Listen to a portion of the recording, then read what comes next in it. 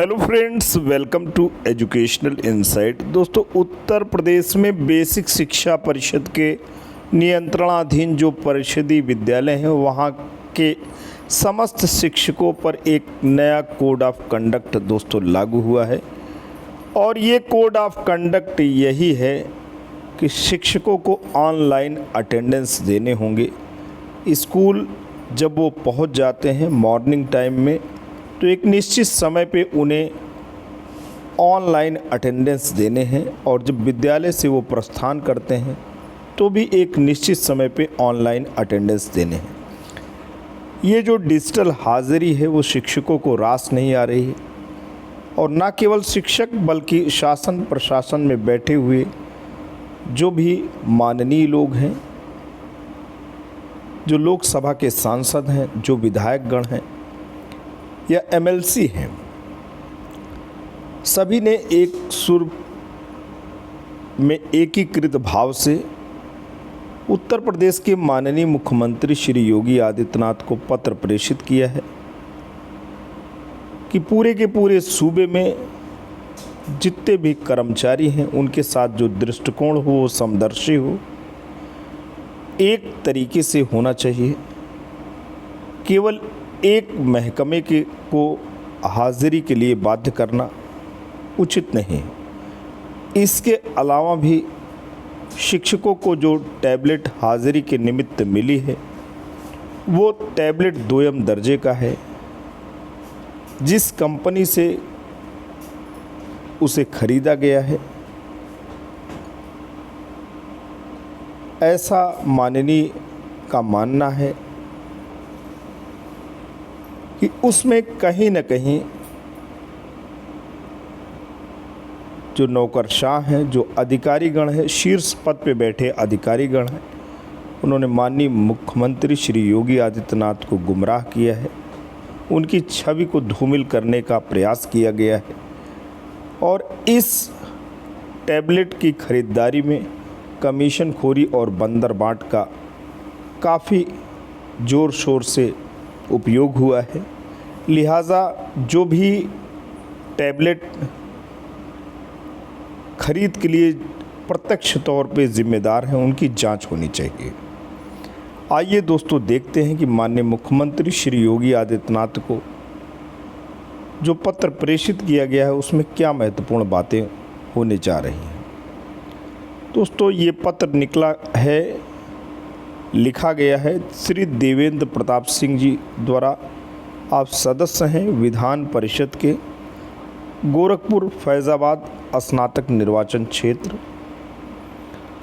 और जो एड्रेस है 16A Darul Shafa Lucknow Shyam Kunj colony, post railway colony, circular road Gorakhpur, pin code 273012।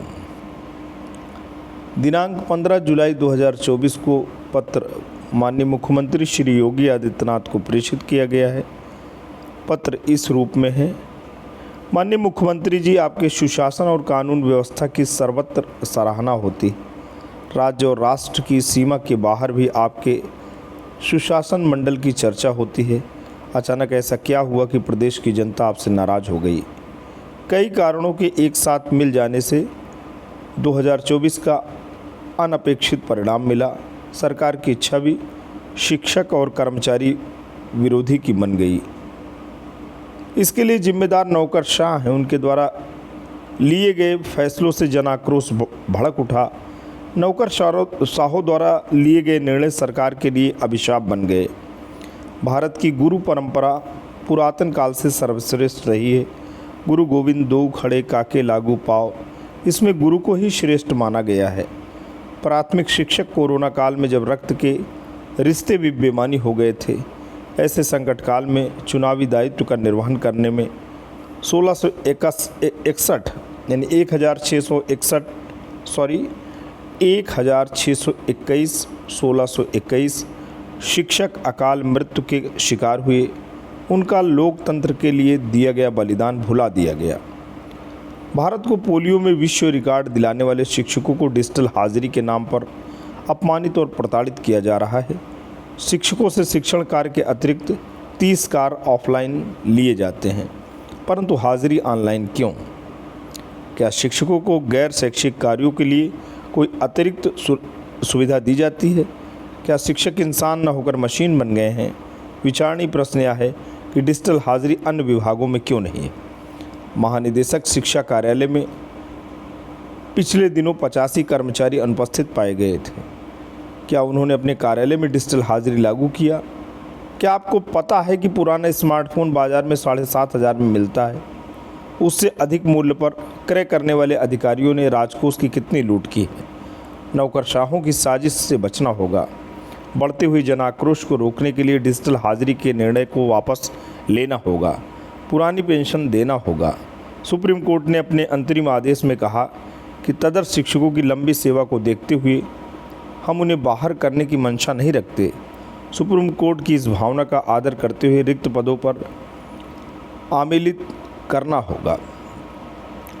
तो दोस्तों, ये रहा श्री देवेंद्र प्रताप सिंह जी द्वारा बहुत ही तर्क संगत और भावुक पत्र जो माननीय मुख्यमंत्री जी को प्रेषित किया गया है।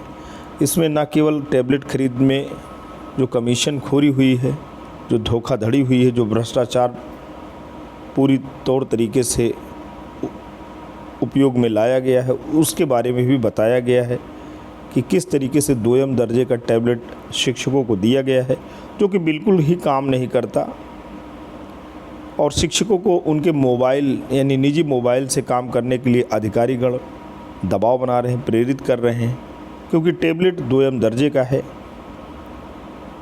उससे किसी भी प्रकार की ना हाजिरी हो सकती है और ना ही किसी भी प्रकार का विभागीय कार्य भी हो सकता है। तो इस तरीके की जो योजना है उसे कम से कम रोका जाए ताकि शिक्षकों का शोषण न होने पाए। शिक्षक शोषित हैं, पीड़ित हैं, प्रताड़ित हैं और डिजिटलाइजेशन के नाम पे शिक्षकों के ऊपर मनोवैज्ञानिक दबाव कायम करना शिक्षकों की गरिमा के साथ दोस्तों खिलवाड़ है और ऐसा बिल्कुल नहीं होना चाहिए। केवल लोकसभा, विधानसभा के सदस्य के अलावा तमाम माननीय गणों ने भी पत्र माननीय मुख्यमंत्री जी को लिखा है। अब देखना यही है कि लोगों के जो शिक्षकों के तर्क हैं, माननीय गणों के जो प्रार्थना पत्र हैं, उस पर माननीय मुख्यमंत्री श्री योगी आदित्यनाथ कैसा निर्णय लेते हैं और कब निर्णय लेते हैं। आज के लिए इतना ही दोस्तों। वीडियो चैनल पर नए हैं, पहली बार विजिट कर रहे हैं तो प्लीज़ सब्सक्राइब करें।